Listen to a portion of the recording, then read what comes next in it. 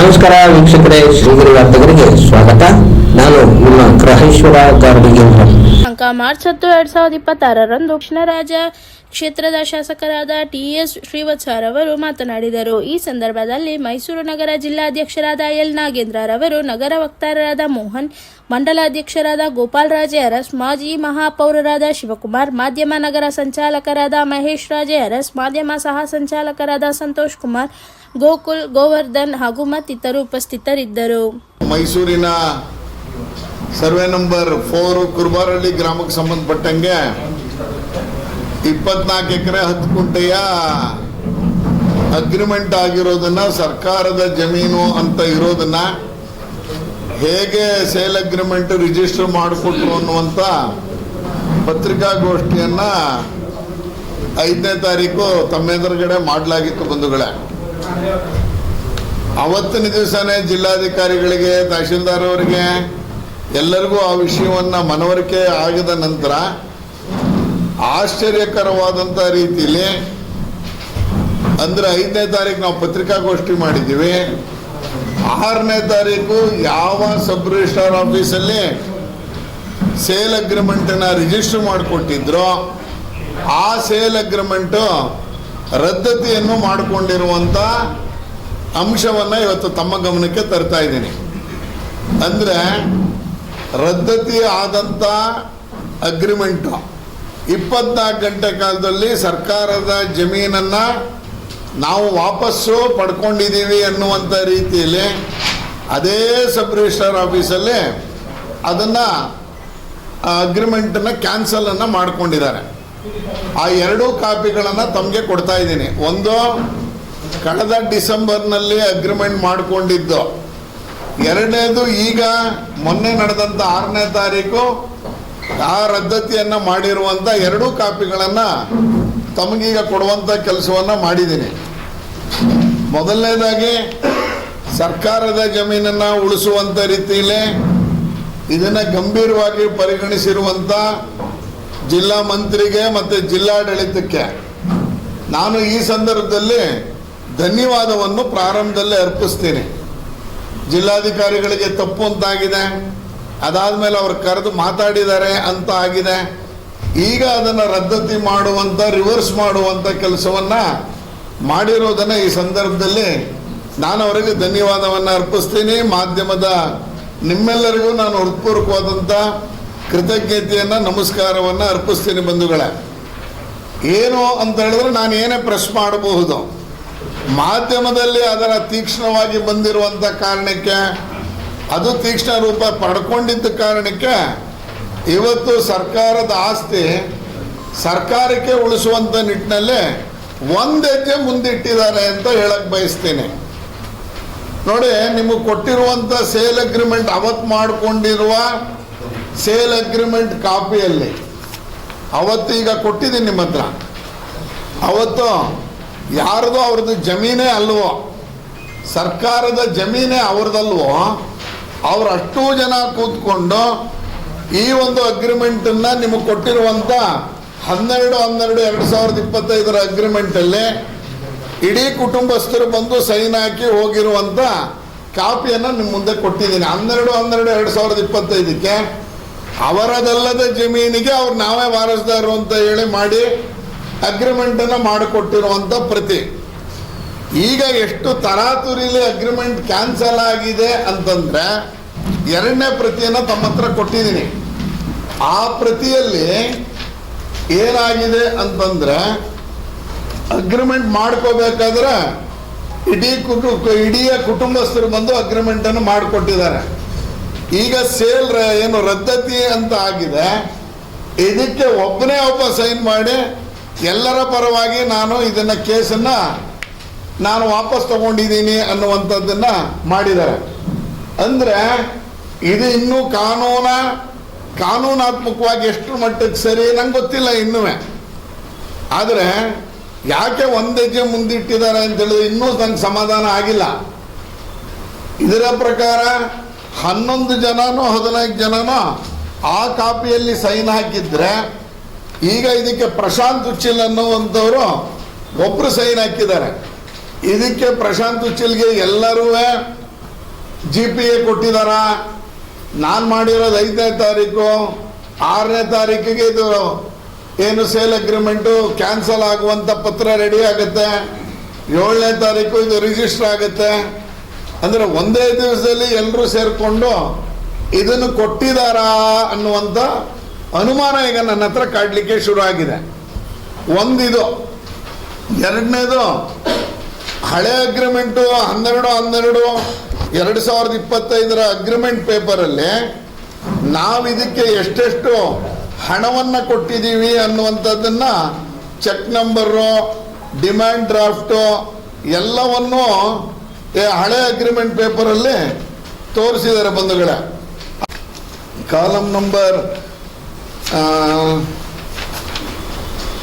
ಇದರಲ್ಲಿ ಹಳೆ column number 9 ಇದರಲ್ಲಿ ಒಂದಿದೆ. ಇದರಲ್ಲಿ ಏನು ಹೇಳ್ತಾರೆ, 4,75,00,000ಕ್ಕೆ ನಾವು ಮಾಡ್ಕೊಂಡಿದ್ದೀವಿ, 50 ಲಕ್ಷದ ಚೆಕ್ಕನ್ನು ಕೊಟ್ಟಿದ್ದೀವಿ ಅನ್ನುವಂಥದ್ದನ್ನು 1, 2, 3, 4, 5 50 ಲಕ್ಷದ ಚೆಕ್ಕು, 2,25,00,000 ಡಿಮ್ಯಾಂಡ್ ಡ್ರಾಫ್ಟನ್ನು ಕೊಟ್ಟಿದ್ದೀವಿ ಅಂತ 12/12/2025 ಅಗ್ರಿಮೆಂಟಲ್ಲೇ ಯಾರ್ಯಾರು ಕೊಟ್ಟಿದ್ದೀವಿ, ಯಾವ್ಯಾವ ಚೆಕ್ ನಂಬರು, ಯಾವ್ಯಾವ ಬ್ರ್ಯಾಂಚು ಅಂತೆಲ್ಲ ಕೊಟ್ಟಿದ್ದಾರೆ. ಆದರೆ ತರಾತುರಿಯಲ್ಲಿ ಅಗ್ರಿಮೆಂಟ್ ಕ್ಯಾನ್ಸಲ್ ಆಗಿರುವಂಥ ಈ ಪೇಪರಲ್ಲಿ ಒಟ್ಟಿಗೆ 4,75,00,000 ರೂಪಾಯಿನ ಸಮ್ಮುಖದಲ್ಲಿ ಸಕ್ಷಮ ಪಡೆದುಕೊಂಡಿರುತ್ತೇನೆ ಅನ್ನೋದನ್ನು ಹಾಕಿದ್ದಾರೆ. ಅಂದರೆ ಆ ಒರಿಜಿನಲ್ ಅಗ್ರಿಮೆಂಟಲ್ಲಿ ಯಾರ್ಯಾರಿಗೆ ನಾವು ಎಷ್ಟೆಷ್ಟು ಕೊಟ್ಟಿದ್ದೀವಿ ಅಂತ ಹಾಕಿದರೆ ಇದರಲ್ಲೇ ಭಾಳ ತರಾತುರಿಯಲ್ಲಿ ಇದ್ದಂಗಿದ್ದಾರೆ. 4,75,00,000 ರೂಪಾಯಿನ ತೊಗೊಂಡ್ಬಿಟ್ಟಿದ್ದೀನಿ ಅಂತ ಹೇಳಿದ್ದಾರೆ. ನಮ್ಮೆಲ್ರಿಗೂ ಗೊತ್ತಿದೆ, ಇನ್ಕಮ್ ಟ್ಯಾಕ್ಸು, ED ಆ್ಯಕ್ಟು, ಯಾವ ಹಣಕಾಸಿನ ವ್ಯವಹಾರವು ಎಷ್ಟು ದೊಡ್ಡ ಮೊತ್ತಕ್ಕೆ ಕಣ್ಣೆದುರುಗಡೆ ಆಗ್ಲಿಕ್ಕೆ ಬರೋಲ್ಲ. ಇದು ಎಲ್ಲೂ ಡಿಮ್ಯಾಂಡ್ ಡ್ರಾಫ್ಟು ಮತ್ತೊಂದು ಮಗದೊಂದು ತೋರಿಸಿಲ್ಲ. ಇದರಲ್ಲಿ ಹೇಳ್ತಾರೆ ಅವರು, ರಿಜಿಸ್ಟರ್ಡ್ ಕ್ರಯದ ಕರಾರು ಪತ್ರ ಸರಿ ಬೀಳದ ಕಾರಣ ನಾನು ನನ್ನ ಸ್ವಂತ ಇಚ್ಛೆಯಿಂದ ಮೇಲ್ಕಂಡ ಮರ್ಕೂಮ್ ಕ್ರಯದ ಕರಾರು ಪತ್ರವನ್ನು ಈ ಮೂಲಕ ರದ್ದುಪಡಿಸಿರುತ್ತೇನೆ ಹಾಗೂ ಮುಂಗಡವಾಗಿ ಕೊಟ್ಟಂತ 4,75,00,000 ರೂಪಾಯಿಗಳನ್ನು ಈ ಕೆಳಕಂಡ ಸಾಕ್ಷಿಗಳ ಸಮಕ್ಷಮ ಪಡೆದುಕೊಂಡಿರುತ್ತೇನೆ ಅಂತೇಳಿ. ಅಂದರೆ ಇದರಲ್ಲಿ ಮತ್ತೆ ನನಗೆ ಅನುಮಾನದ ವಾಸನೆ ಕಾಣ್ತಾ ಇದೆ. ಈ 4,75,00,000 ಇಷ್ಟು ದೊಡ್ಡ ಮೊತ್ತದ ವ್ಯವಹಾರ ನಡಿಬೇಕಾದ್ರೆ ಇದಕ್ಕೆ ಇನ್ಕಮ್ ಟ್ಯಾಕ್ಸಿನ ಕಾನೂನಿನ ಕಟ್ಟಳೆಗಳು ಎಲ್ಲವೂ ಇದಕ್ಕೆ ಬರುತ್ತೆ. 5 ಲಕ್ಷದ ಮೇಲೆ ನಾವು ಡ್ರಾ ಮಾಡಂಗಿಲ್ಲ, 5 ಲಕ್ಷದ ಮೇಲೆ ಕ್ಯಾಶಿನ ವ್ಯವಹಾರ ಮಾಡಂಗಿಲ್ಲ. ಇದೆಲ್ಲದನ್ನು ಇದ್ರೂ 4,75,00,000 ಏಕ್ದಮ್ ನಾನು ಇದನ್ನ ಪಡ್ಕೊಂಡಿದ್ದೀನಿ ಎನ್ನುವಂಥ ಅಗ್ರಿಮೆಂಟಿನ ಕಾಪಿಯನ್ನು ಇದರಲ್ಲಿ ಕೊಟ್ಟಿರೋದನ್ನ ತಮ್ಮ ಮುಂದೆ ಕೊಡ್ತಾ ಇದ್ದೀನಿ ಬಂಧುಗಳೇ. ಇದು ಯಾಕೆ ಇಷ್ಟೊಂದು ಅನುಮಾನ ಅಂತಂದ್ರೆ, ಈಗ ನೋಡಿ 24 ಎಕರೆ 10 ಕುಂಟೆ ಅದನ್ನ ಸೈಟ್ ಆಗಿ ಮಾಡ್ತಾ ಹೊರಟಿದ್ರ, ಲೇಔಟ್ ಮಾಡಕ್ ಹೊರಟಿದ್ರ, ಎಜುಕೇಶನ್ ಇನ್ಸ್ಟಿಟ್ಯೂಷನ್ ಮಾಡಕ್ ಹೊರಟಿದ್ರ ಗೊತ್ತಿಲ್ಲ ನನಗೆ. ಆದರೆ ಸುಮ್ಮನೆ ಅಂದಾಜು ಪ್ರಕಾರ ನಾನು ಅವತ್ತು ನಿಮ್ಮ ಹತ್ರ ಪತ್ರಿಕಾಗೋಷ್ಠಿ ಮಾಡಬೇಕಾದ್ರೆ ನನಗನ್ಸುತ್ತೆ ನಾನೊಂದು ಸುಳ್ಳು ಹೇಳ್ಬಿಟ್ಟಿದ್ದೆ ಅಂತ. ಏನಪ್ಪ ಸುಳ್ಳು ಅಂದರೆ ಅವತ್ತಿನ ಮೌಲ್ಯ 200 ಕೋಟಿ ಅಂತ ಹೇಳ್ಬಿಟ್ಟಿದ್ದೆ. ಆದರೆ ಈಗ 10,000 ರೂಪಾಯಿಗೆ ಲೆಕ್ಕ ಹಾಕಿದ್ರೆ ನಾವು ಪ್ರತಿಯೊಂದು ಎಕರೆಗೆ 43 ಕೋಟಿ ರೂಪಾಯಿ ಆಗುತ್ತೆ. ಅದರ ಪ್ರಕಾರ 24 ಎಕರೆಗೆ ಲೆಕ್ಕ ಹಾಕೊಳ್ಳಿ ಬಂಧುಗಳ, ಸುಮಾರು 900 ಕೋಟಿ ರೂಪಾಯಿಗೂ ಹೆಚ್ಚಿನ ವ್ಯವಹಾರ. ಅಂದರೆ ನಾನೇ ನನ್ನ ಅರಿವಿಲ್ಲದೆ 200 ಕೋಟಿ ಅಂತ ಹೇಳಿದ್ದೆ. ಈಗಿನ ಪ್ರಕಾರ ನೋಡಿದ್ರೆ ಇದು 24 ಎಕರೆ 10 ಕುಂಟೆ 10,000 ರೂಪಾಯಿ ಥರ ಮೌಲ್ಯ ನಾವು ಚದರಡಿಗೆ ಇಟ್ಕೊಂಡ್ರು ಇದರ ಮೌಲ್ಯವನ್ನು ಅಂದಾಜು ಮಾಡ್ಕೊಳ್ಳಿ. ಅಂದರೆ ಇಷ್ಟು ದೊಡ್ಡ ರೀತಿಯಲ್ಲಿ ಮೈಸೂರು ನಗರದ ಒಳಗಡೆ, ಚಾಮುಂಡಿ ಬೆಟ್ಟದ ಕೆಳಗಡೆ, ಮುಖ್ಯಮಂತ್ರಿಗಳ ಮೂಗಿನ ನೇರಕ್ಕೆ ಜಿಲ್ಲಾ ಮಂತ್ರಿಗಳು ಇರುವಂಥ ಈ ಊರಿನಲ್ಲಿ ಎಷ್ಟು ದೊಡ್ಡ ಅಕ್ರಮ ನಡೆಯಕ್ಕೆ ಹೊರಟಿತ್ತು. ಆದರೆ ಈಗೆಲ್ಲ ಏನಾದರೂ ಸಮಾಧಾನ ಆಗಿದೆಯಾ ಅಂತಂದ್ರೆ, ಇದನ್ನೇನಾದರೂ ಕಾನೂನಿನ ಒಳಗಡೆ ಅವರು ಹೋಗಿ ಕಾನೂನಿನ ಲಾಭವನ್ನ ಮಾಡಿಕೊಡುವ ದೃಷ್ಟಿಯಿಂದ ಈ ತರ ಏನಾದ್ರು ಸೇಲ್ ಅಗ್ರಿಮೆಂಟ್ ಮಾಡ್ಕೊಂಡ್ಬಿಟ್ಟಿದಾರ ಗೊತ್ತಿಲ್ಲ ನಮ್ಗೆ. ಇದನ್ನ ಅವನಿಗೇನಾದ್ರೂ ಅನುಕೂಲ ಮಾಡ್ಕೊಡಕ್ ಹೋಗಿ, ನನಗೆ ತೃಪ್ತಿ ಪಡಿಸಕ್ ಹೋಗಿ ಸೇಲ್ ಅಗ್ರಿಮೆಂಟ್ ಅನ್ನ ಕ್ಯಾನ್ಸಲ್ ಮಾಡಿಕೊಂಡು ಅವನಿಗೇನಾದ್ರೂ ಅನುಕೂಲ ಮಾಡಕ್ ಹೋಗಿದಾರ, ಕೋರ್ಟ್ಗೆ ಹೋಗಕ್ ಹೋಗಿದಾರ ಗೊತ್ತಿಲ್ಲ. ಇದ್ರ ಮೇಲೆ ಕಾನೂನು ಕ್ರಮ ಆಗಿದೆಯಾ? ಹಂಗಾದ್ರೆ ಯಾರು ಇದನ್ನ ಸೇಲ್ ಮಾಡಿ ಕೊಟ್ಟಿದ್ದೀನಿ ಅಂತ ಹೇಳಿದಾನಲ್ಲ, ಅವನನ್ನ ಕರ್ಸಿದ್ರಲ್ಲ ನಮ್ಮನ್ನ ಸೈನ್ ಹಾಕ್ಸ್ಕೊಳ್ಳಕ್ಕೆ, ಅವನನ್ನ ಯಾಕೆ ಅರೆಸ್ಟ್ ಮಾಡಲಿಲ್ಲ? ಯಾಕೆ ಕಾನೂನಿನ ಕ್ರಮಕ್ಕೆ ಒಳಪಡಿಸಿಲ್ಲ? ಅವನನ್ನು ಮೈಸೂರಿಗೆ ಕರೆಸ್ಕೊಂಡಿದ್ದೀರಿ, ಅಗ್ರಿಮೆಂಟ್ ಕ್ಯಾನ್ಸಲ್ ಮಾಡ್ಕೊಂಡಿದ್ದೀರಿ. ಅವನು ಮಾಡ್ಕೊಳಕ್ಕೆ ಅವನಿಗೆ ಅರ್ಹತೆ ಇಲ್ಲ ಅಂತ ಆದ್ಮೇಲೆ ಅವನನ್ನ ಕರೆಸಿ ಸೇಲ್ ಅಗ್ರಿಮೆಂಟ್ ಕ್ಯಾನ್ಸಲ್ ಮಾಡ್ಕೊಂಡಿದ್ದೀರಿ. ಆಯ್ತು, ಟೆಕ್ನಿಕಲಿ ಮಾಡ್ಕೊಂಡಿದೀವಿ ಅಂತ ಇರಬಹುದು, ಅರೆಸ್ಟ್ ಯಾಕೆ ಮಾಡಲಿಲ್ಲ ಅದಾದ್ಮೇಲೆ? ನೋಡಿ, ಮೈಸೂರಿನಲ್ಲಿ 3 ಪ್ರಕರಣಗಳಿಗೂ ಇದೇ ತರ ಆಗಿದೆ.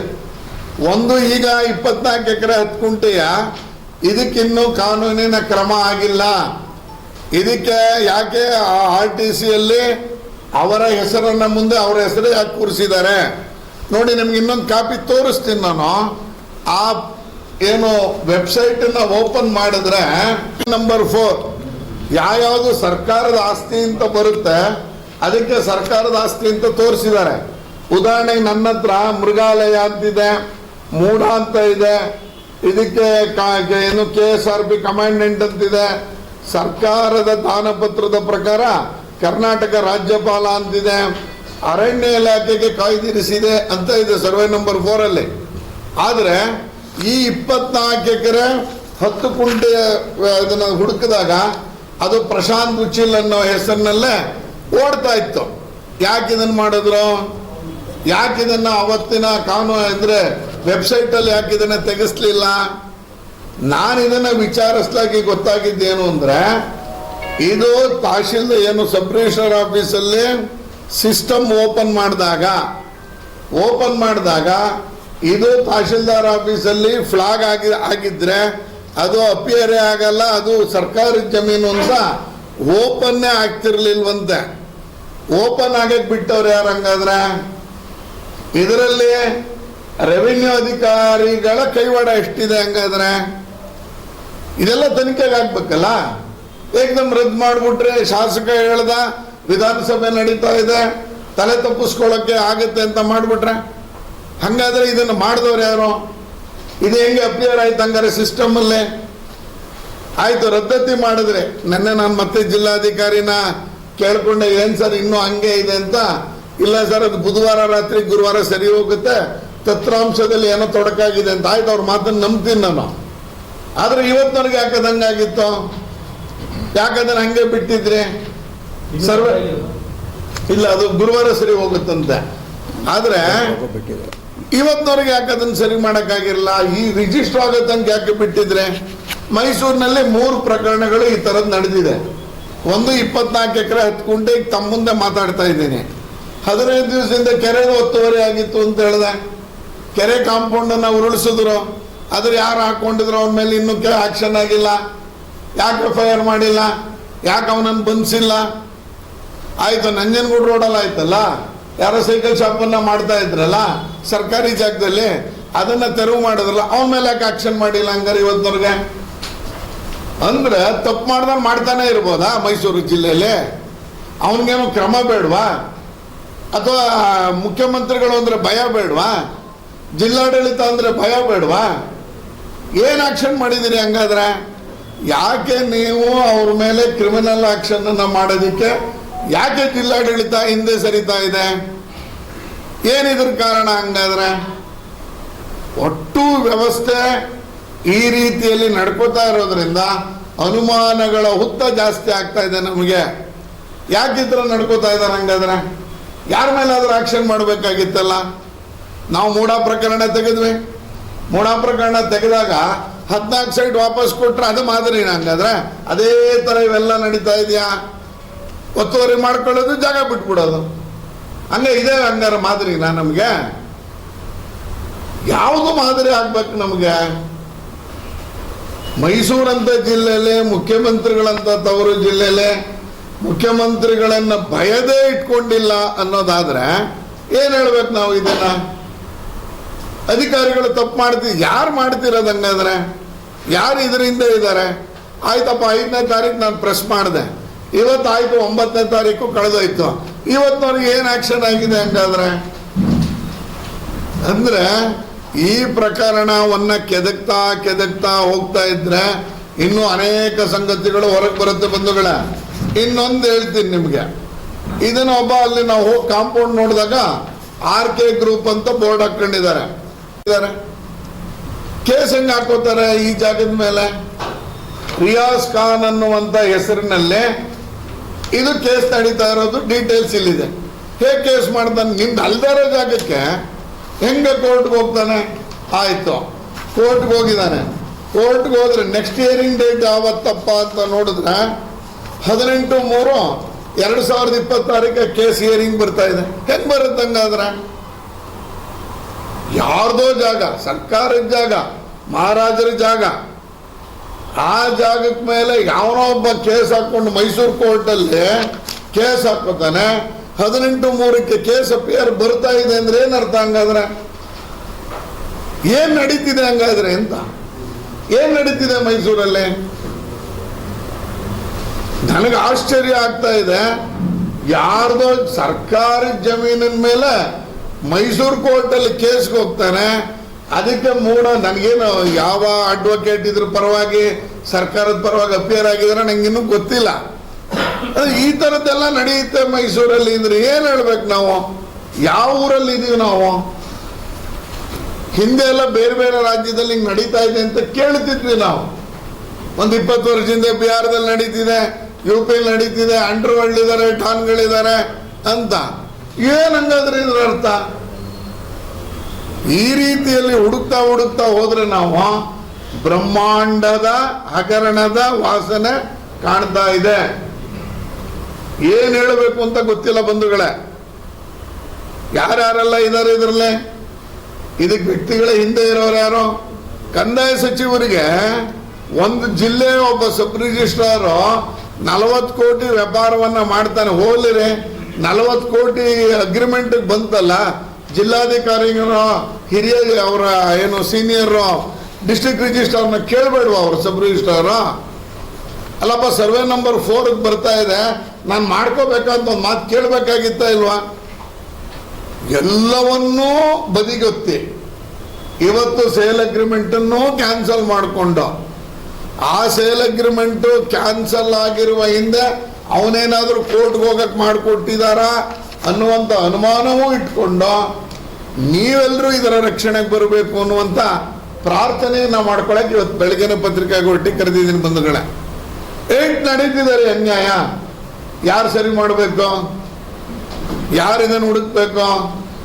ಈ ಕಡೆ ಸರ್ಕಾರಿ ಜಮೀನು ಹಿಂಗಾಗ್ತಾ ಇದೆ, ಆ ಕಡೆ ನೋಡಿದ್ರೆ ಮಾದಕ ವಸ್ತುಗಳ ಹಾವಳಿ ಜಾಸ್ತಿ ಆಗ್ತಾ ಇದೆ. ಅಂದ್ರೆ ಮೈಸೂರಲ್ಲಿ ನಾವು ನೋಡ್ತಾ ಇರುವ ಮಟ್ಟಕ್ಕೆ ಎಷ್ಟು ಆಡಳಿತ ಹಳಿ ತಪ್ಪಿದೆ.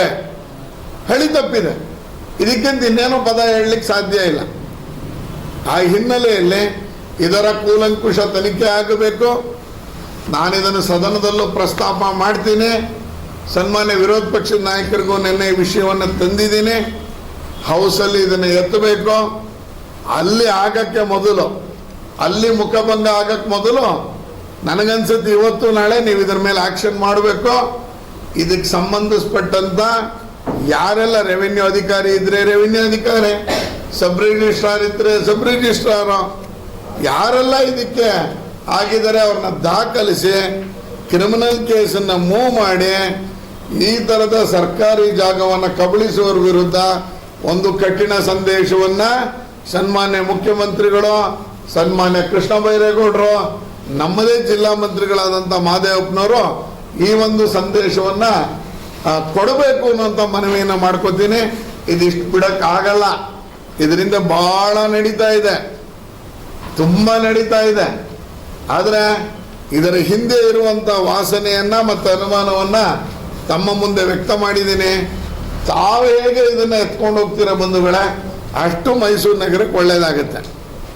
ಈ ಅನುಮಾನದ ವಿರುದ್ಧ ನಾನು ಅವತ್ತು ಹೇಳಿದೆ ನಿಮಗೆ, ಒಂದು ಇನ್ವೆಸ್ಟಿಗೇಟಿವ್ ಜರ್ನಲಿಸಮ್ ಬೇಕ್ರಿ ಇವತ್ತು ಅಂತ. ಕೆರೆ ಒತ್ತುವರಿ ಆಯಿತು, ಕಾಂಪೌಂಡ್ ತೆಗೆದ್ರು ಅವ್ರ ಕೆಲಸ ಆಗೋಯ್ತು. ಇದರಲ್ಲಿ ಮೈಸೂರು ನಂಜನಗೂಡು ರೋಡಲ್ಲಿ ಸೈಕಲ್ ಶಾಪ್ ತೆಗೆದ್ರು, ಪಾರ್ಕಿಂಗ್ ತೆಗೆದ್ರು, ಅವ್ರ ಕೆಲಸ ಆಗೋಯ್ತು. ಇಲ್ಲಿ ರದ್ದತಿ ಆಗೋಯ್ತು, ಅವ್ರ ಕೆಲಸ ಆಗೋಯ್ತು. ಇಷ್ಟೇನ ಹಂಗಂದ್ರೆ? ಇದಕ್ಕಿನ್ನೇನು ಬೆಲೆ ಇಲ್ವಾ ಅನ್ನುವಂಥ ಅಂಶಗಳನ್ನು ನಿಮ್ಮ ಮುಂದೆ ಇಡುವಂಥ ಕೆಲಸವನ್ನು ಮಾಡಿದ್ದೀನಿ ಬಂಧುಗಳೇ.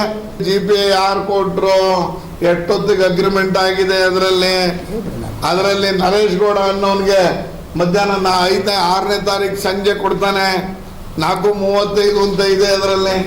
ಅಂದರೆ ಅದೆಲ್ಲ ಭಾಳ ಮುಖ್ಯ ಅಂತ ನನಗೆ ಅನ್ನಿಸ್ತಿಲ್ಲ.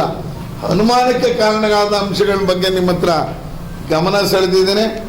ದಯಮಾಡಿ ಮೈಸೂರಿನ ಜಿಲ್ಲಾಡಳಿತ, ಜಿಲ್ಲಾಧಿಕಾರಿ IAS ಇದ್ದಾರೆ, ಈ ಕಡೆ ರೀಜನಲ್ ಕಮಿಷನರ್ IAS ಬಂದಿದ್ದಾರೆ. ಈ ಥರ ದೊಡ್ಡ ದೊಡ್ಡ ಅಧಿಕಾರಿಗಳಿದ್ದಾಗ ಕೈ ಕೆಳಗಿನ ಅಧಿಕಾರಿಗಳನ್ನು ರಕ್ಷಣೆ ಮಾಡ್ತಾ ಇದ್ದೀರಾ ಅಥವಾ ನಿಮಗೆ ಅವ್ರ ಮೇಲೆ ಕ್ರಮ ತೆಗೆದುಕೊಳ್ಳೋಕ್ಕೆ ಆಗ್ತಾ ಇಲ್ವಾ? ಈ ಎರಡರಲ್ಲಿ ನನಗೆ ಸಂಶಯ ಕಾಣ್ತಾ ಇದೆ. ಮತ್ತೊಮ್ಮೆ ದೊಡ್ಡ ಹಗರಣ ಸುಮಾರು 900 ಕೋಟಿ ರೂಪಾಯಿ ಆಗುತ್ತೆ ಅನ್ನುವಂಥದ್ದು ರಿಯಲ್ ಎಸ್ಟೇಟೇ ಆದರೆ 10 ಎಕರೆ ಅದು ರೋಡ್ಗೆ ಡ್ರೈನ್ಗೆ ಎಲ್ಲ ಹೋಗ್ತಾ ಇತ್ತು.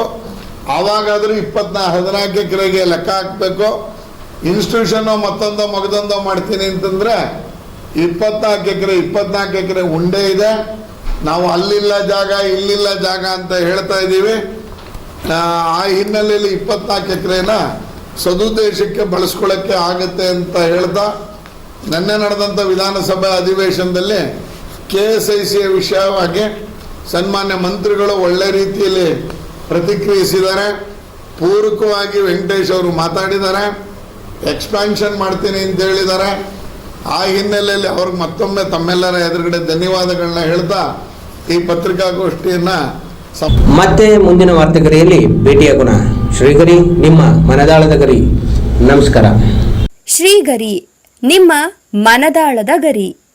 ಶ್ರೀಗರಿ, ನಿಮ್ಮ ಭಾವನೆಗಳ ಗರಿ. ಶ್ರೀಗರಿ, ನಾಡಿನ ಹೆಮ್ಮೆಯ ಗರಿ.